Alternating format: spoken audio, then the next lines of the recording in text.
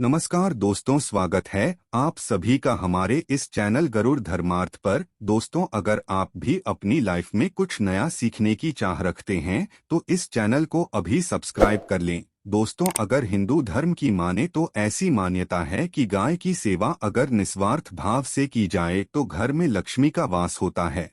वैसे तो युगों से चला आ रहा है कि गाय को हम कुछ ना कुछ खिलाते जरूर हैं, क्योंकि गाय को सनातन धर्म में लक्ष्मी स्वरूप भी माना गया है। कहा है कि गाय की सेवा करने से घर परिवार सुखी और संपन्न रहता है। जिस घर में गाय की सेवा निस्वार्थ भाव से होती है उस घर में लक्ष्मी जी की कृपा हमेशा बनी रहती है, और जिस घर में गाय की सेवा नहीं होती वहां अचानक से किसी भी प्रकार की विघ्न बाधाएं आती रहती हैं। वैसे तो कुछ लोग शहरों में भी रहते हैं, महानगरों में भी रहते हैं, तो वहां पर गाय पालना संभव ही नहीं है। लेकिन गाय को वहां पर भी रोटी जरूर खिलाई जाती है। कई बार गाय को खिलाने में कुछ भूल हो जाती है, तो कौन सी वो 3 चीजें हैं जो गाय को नहीं खिलानी चाहिए, इसी विषय की जानकारी आज हम आपसे इस वीडियो में साझा करेंगे। लेकिन दोस्तों, उससे पहले आपसे निवेदन करते हैं कि वीडियो को लाइक जरूर करिएगा, दोस्तों को शेयर कर दीजिएगा। अगर आपने अभी तक चैनल को सब्सक्राइब नहीं किया है तो चैनल को सब्सक्राइब करके घंटी वाले बटन को जरूर दबाइएगा। दोस्तों, गाय के अंदर सभी देवी देवताओं का निवास माना जाता है, तो आप जो पहली रोटी बनती है वो अगर गाय को खिलाते हैं तो देवी देवताओं का आशीर्वाद मिलता है। गाय को गुरु के साथ जोड़ा गया है, यानी गुरु ग्रह के साथ, बृहस्पति ग्रह के साथ। इसलिए गुरुवार के दिन गाय को रोटी पर एक चुटकी हल्दी डालकर खिलाएं तो सुख संपत्ति, धन व ऐश्वर्य बढ़ता है। साथ ही दुष्ट ग्रह शांत हो जाते हैं। जो लोग मानसिक रूप से परेशान हैं वो गाय को रोटी पर थोड़ा सा गुड़ रखकर खिलाएं तो सकारात्मक ऊर्जा आती है, परेशानी खत्म होती है, स्वास्थ्य अच्छा रहता है। और अगर आपको लगता है कि आपके सभी ग्रह खराब हैं तो ऐसे में गाय को पहली रोटी रोज खिलाएं, सभी ग्रह धीरे धीरे शुभ हो जाएंगे। कभी कभी जीवन में लंबे समय से कोई शुभ मंगल कार्य नहीं हो रहे होते, तब ऐसे में आप गाय को रोटी खिलाएं और गाय के मस्तक को छूकर अपनी मन्नत कहें, प्रणाम करें, पैर छुएं तो आपकी मन्नत जरूर पूरी होगी। तो ये थी छोटी सी जानकारी, अर्थात गाय को आप क्या खिलाएं उसके बारे में। लेकिन गाय को क्या नहीं खिलाना चाहिए, अब हम वो जानते हैं। गाय को रोटी तो हर कोई खिलाता है, अब ये रोटी बासी बिल्कुल भी नहीं होनी चाहिए, यानी कि एक दिन पहले की जो रोटी बनी रहती है और आप दूसरे दिन सुबह सुबह खिला देते हैं, वो नहीं खिलानी चाहिए। कई बार आप रोटी बना लेते हैं और उस दिन गाय मिलती नहीं तो रोटी रखी रह है, फिर वो अगले दिन गाय को खिलाने से गाय का अपमान माना जाता है, वो रोटी बासी कहलाती है। इसलिए गाय को एक दिन पहले की बची हुई रोटी कभी नहीं खिलानी चाहिए। सड़ीली चीजें, खराब चीजें गाय को मत खिलाइए, इससे घर में परेशानी आती है।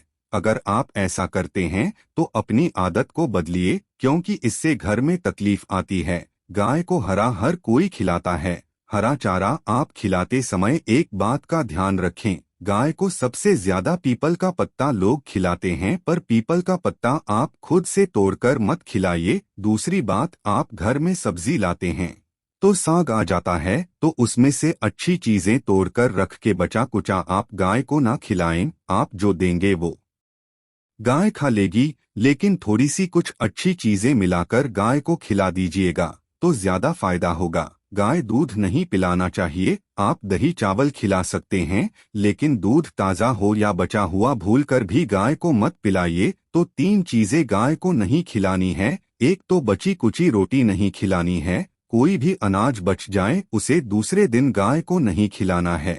जैसे चावल बच जाता है, रोटी बच जाती है, और आप अगर चारा खिलाते हैं उन्हें तो सड़ा गला मत खिलाइए, और अगर खिला कोई चीज तो उसके साथ कुछ अच्छी चीजें मिला लें। और गाय को दूध भी नहीं पिलाना है, ये चीजें बिल्कुल भी नहीं खिलाएं, नहीं तो घर में गरीबी आती है, माता लक्ष्मी आपके घर में वास करना छोड़ देती है। 84 लाख योनियों के सफर करके आत्मा अंतिम योनि के रूप में गौ का रूप धरती है। गाय लाखों योनियों का वो पड़ाव है जहां आत्मा विश्राम करके आगे की यात्रा शुरू करती है। दोस्तों, गाय कोई अपशगुन नहीं होता है, जिस भूभाग पर मकान बनाना हो वहां पर अगर आप 15 दिन के लिए गाय और बछड़ा बांध देते हैं तो वो जगह पवित्र हो जाती है। भूभाग से बहुत सारी आसुरी शक्तियों का नाश हो जाता है, क्योंकि गाय में सकारात्मक ऊर्जा का भंडार माना गया है। गाय का मार्ग रोकना। अगर आप कहीं भी जा रहे हैं और गाय माता आपका मार्ग रोक दें तो ये बहुत ही शुभ माना जाता है। गाय ये बछड़े का दर्शन एक साथ आपको हो जाए तो आपकी कामयाबी का प्रतीक माना जाता है। अगर आपके घर के आसपास गौ घूमती रहती है तो इसका मतलब है कि आपके घर से काफी सारे संकट अपने आप ही दूर होने वाले हैं और समृद्धि पूर्वक जीवन आपको मिलता है। गाय के समीप आप अगर जाते हैं तो संक्रामक रोग, कफ, खांसी, सर्दी, जुकाम आदि का ग्रेजुअली अपने आप ही बिना दवाइयों के भी नाश हो जाता है। अगर आप गाय अचानक से पूंछ मार देती है तो ये बहुत ही शुभ संकेत माना गया है और काली चित्तक बरी गाय का ऐसा करना तो और भी ज्यादा शुभ माना गया है। पंचगव्य जो होते हैं वो कई रोगों में लाभदायक है। पंचगव्य क्या क्या हुए? गाय के दूध, दही, घी, मूत्र और गोबर इन सभी को शरीर की रोग निरोधक क्षमता को बढ़ाकर रोगों को दूर करने वाला माना गया है। ऐसा कोई रोग नहीं है जिसका इलाज से नहीं किया जा सकता। दोस्तों, आज के समय में लोग गौ माता की पूजा करने के बजाय, उनका सही उपयोग करने के बजाय उनको काटकर मारकर खाना ज्यादा पसंद करते हैं। बुरा लगेगा शायद, पर ये सच है। और गाय को रोटी देने से न केवल सुख समृद्धि की प्राप्ति होती है बल्कि बरकत भी होने लगती है।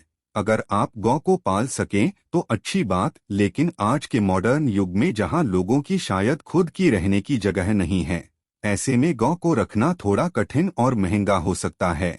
ऐसे में आप गौ को रोटी दें। कम से कम रोटी देकर के आप सुख समृद्धि को प्राप्त कर सकते हैं। आपके घर में बरकत होने लगती है।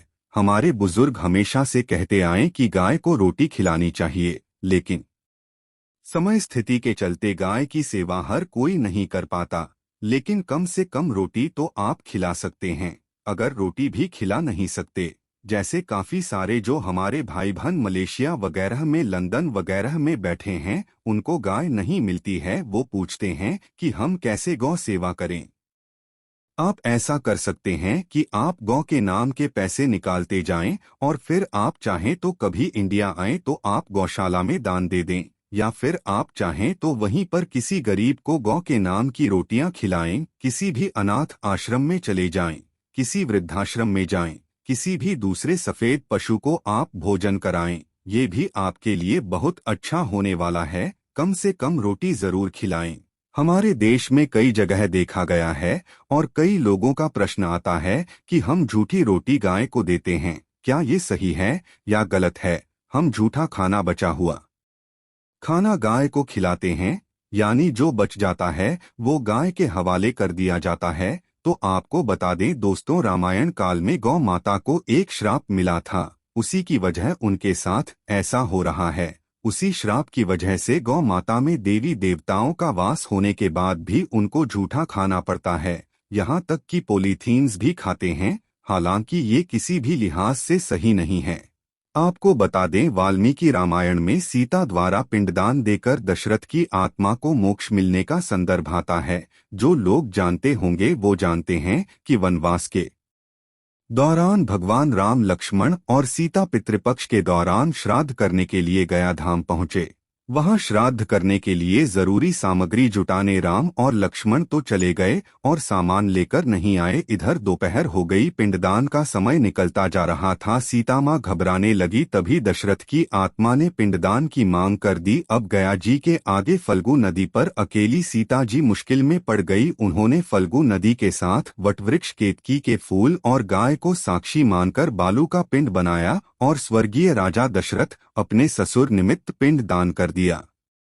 थोड़ी देर में भगवान राम और लक्ष्मण जब लौटे तो उन्होंने कहा कि समय निकल जाने के कारण मैंने पिंडदान कर दिया। बिना सामग्री के पिंडदान कैसे हो सकता है? इसलिए राम जी ने सीता माँ से प्रमाण मांगा। तब सीता माता ने कहा कि जो फल्गु नदी की रेत है, केतकी के फूल है, गाय है और वटवृक्ष है, जो मेरे द्वारा किए गए श्राद्ध कर्म की गवाही दे सकते हैं। इतने में फल्गु नदी, गाय और केतकी के फूल तीनों इस बात को मुकर गए। उन्होंने कहा, सीता माँ झूठ बोल रही, सिर्फ वटवृक्ष ने सही बात कही। तब सीता जी ने दशरथ का ध्यान करते हुए उनसे ही गवाही देने की प्रार्थना करी। दशरथ जी ने सीता माँ की प्रार्थना को स्वीकार करके घोषणा की कि ऐन वक्त पर सीता ने मुझे पिंडदान कर दिया। इस पर राम आश्वस्त हुए, लेकिन तीनों गवाहों द्वारा झूठ बोलने पर सीता जी उनसे क्रोधित हो गई और उन्हें श्राप दिया। फल्गु नदी से कहा कि जा, तेरा नाम सिर्फ नदी रहेगा, लेकिन तुझ में पानी कभी नहीं रहेगा। इस कारण भी जानते होंगे जो लोग जानते हैं, फल्गु नदी आज भी गया में सुखी ही रहती है। गाय को श्राप दिया कि तू पूज्य होकर भी लोगों का झूठा खाएगी, और केतकी के फूल को श्राप दिया कि तुझे पूजा में कभी नहीं चढ़ाया जाएगा। वटवृक्ष को सीता माँ ने आशीर्वाद दिया कि उसे लंबी आयु की प्राप्ति होगी और दूसरों को छाया प्रदान करेगा, तथा पतिव्रता स्त्री तेरा स्मरण करके अपने पति की दीर्घायु की कामना करेंगी। यही कारण कि गाय को आज भी झूठा खाना पड़ता है। केतकी के फूल को पूजा से निषिद्ध बताया गया है। फल्गु नदी के तट पर जल नहीं है। सीता कुंड में पानी के अभाव में सिर्फ बालू या रेत में पिंडदान किया जाता है। दोस्तों, शास्त्रों के मुताबिक गौ माता में सारे देवी देवता निवास करते हैं। 33 कोटि देवी देवता और पितृ का निवास होता है। अगर आप भी किसी मंदिर में नहीं जा सकते, पूजा पाठ नहीं करते हैं, कहीं जाकर के ग्रह दोषों का उपाय नहीं कर सकते हैं, तो आपको को एक रोटी जरूर खिलानी चाहिए। हमेशा कहते हैं, पहली रोटी गाय की अगर आप भी खिलाते हैं तो दुनिया के सारे सुखों को प्राप्त कर सकते हैं। आपने अक्सर ही सुना होगा कि रसोई में पहली रोटी जो भी बने गाय को दे देनी चाहिए। हर रोज गाय को एक रोटी देने से आपके जीवन के सभी दुख दर्द दूर हो जाते हैं। खाना बनाते वक्त हमेशा पहली एक रोटी गाय की निकाल दे, इसके बाद ही के बाकी सदस्यों के लिए आपको रोटियां सेकनी चाहिए। कोशिश करनी चाहिए कि गाय की उस रोटी में थोड़ा सा हल्दी मिला दें, इससे गाय को रोटी खिलाने का अपार फल प्राप्त होता है। अगर गुरुवार का दिन हो तो लोई ले लें, सने हुए आटे की एक छोटी सी लोई बना लें और उसमें हल्दी मिलाकर गाय को खिला दें। आपके जीवन में शुभता आती है, वैभव आता है, धन संपत्ति का वास होता है। आप जो भी हासिल करना चाहते हैं जिंदगी में, तो आप देखेंगे कि तुरंत आपको मिनटों में वो हासिल हो जाता है। इसी से आपको नमक का एक उपाय बताते हैं। नमक क्या है? नमक के बिना तो हर स्वाद अधूरा है, और साथ ही साथ अगर नमक ना हो जीवन में तो स्वादहीन हो जाता है। जितना हम खाने में नमक को अति आवश्यक मानते हैं, उतना ही ज्योतिष में नमक को अति आवश्यक ही माना जाता है, और इसे कर्ज की वस्तु माना गया है। किसी का नमक खाने का अर्थ क्या होता है? उसका कर्जदार होना। आपने सुना ही होगा, नमक का कर्ज अदा करना है। इसलिए अगर जीवन को सुगम बनाना चाहते हैं, सरल बनाना चाहते हैं, तो नमक का एक आसान सा प्रयोग आपको आज हम बताएंगे। आप देखिए कि कितने आपको सकारात्मक परिणाम मिलते हैं। और इतना आसान है कि इसके लिए आपको अतिरिक्त मशक्कत करने की कोई जरूरत नहीं है। सिर्फ आपको अपने घर में बनी सबसे पहली रोटी लेनी है और उस पर थोड़ा सा नमक रख दें। अब आप पूछेंगे, कौन सा नमक रखें? तो सबसे बेस्ट है, आप सादा नमक, ढीली नमक, सस्ता नमक जो भी है वो रखें। काला नमक नहीं रखना है, आपको सफेद नमक ही रखना है। तो नमक रख लें और फिर इस रोटी को किसी कपिला गाय को आपको दे देनी है। कपिला गाय यानी सफेद रंग की गाय को आपको खिला देना है। अगर आपको कपिला यानी सफेद गाय नहीं मिलती है तो आप ये रोटी किसी भी गाय को खिला दें, मगर यदि आपको कोई ऐसी गाय दिख जाए, सबसे पहले सफेद गाय को ही खिलाना प्रेफर करें। आपको बता दोस्तों, ये उपाय आपकी हर समस्या को जड़ से दूर कर देता है। चाहे आपके घर में कोई बड़ी कला हो, कोई पारिवारिक वाद विवाद हो, इस उपाय को करके आपके घर में सुख का वास होने लगता है। जो भी धन की कमी हो, बच्चों की पढ़ाई हो, करियर में कामयाबी हो, सभी मुश्किलें आपके जीवन की दूर होने लगती है। लेकिन गाय को रोटी देते वक्त मन में ऐसा कोई भाव ना लगाकर रखें कि हम रोटी खिलाते हैं या फिर हम बहुत बड़े हैं, अन्यथा इस स्थिति में पुण्य फल की प्राप्ति होना संशय वाली स्थिति देता है। गाय को रोटी खिलाने से नियम से बरकत के अलावा आप देखेंगे धन संपत्ति में दिनों दिन बढ़ोतरी होने लगती है और आपके घर के ग्रह दोषों से आपको मुक्ति मिलती है। अगर आपके भी घर में धन की कमी है तो आपको ये उपाय जरूर करना चाहिए। किसी भी दिन करें। अगर सावन का पवित्र महीना है तो हर दिन शुभ है। आप जिस दिन उस दिन से कर सकते हैं और आप देखेंगे इस उपाय को करने से आपके घर से धन की कमी बिल्कुल झट से दूर हो जाती है। तो ये उपाय आप जरूर कर लीजिए। आज के लिए बस इतना ही। लेकिन जाने से पहले अगर वीडियो अच्छा लगा हो तो एक लाइक अवश्य कर दें और चैनल को सब्सक्राइब कर लें। वीडियो के अंत तक बने रहने के लिए आप सभी का बहुत बहुत धन्यवाद दोस्तों।